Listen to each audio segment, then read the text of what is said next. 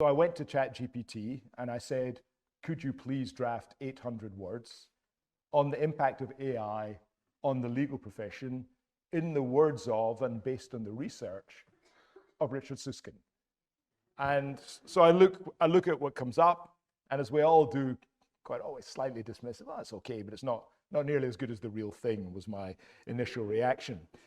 6 months later, I tried it again with what was then GPT-4.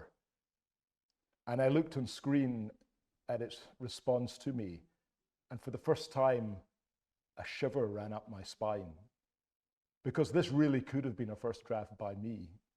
And I reflected that day, as our machines are becoming increasingly capable. By the time we get, at least conceptually, to GPT-6, there'll be no need for me to be writing columns in the Times. And in fact, we'll probably look back on it and think it's rather ridiculous that one person writes about an issue. Why wouldn't you say, write a column, The Future of AI and Law, based on the work of the top 50 people in the country, and write it in the style of Martin Amis, a proper author, rather than me. There's all sorts of ways you could imagine it being better.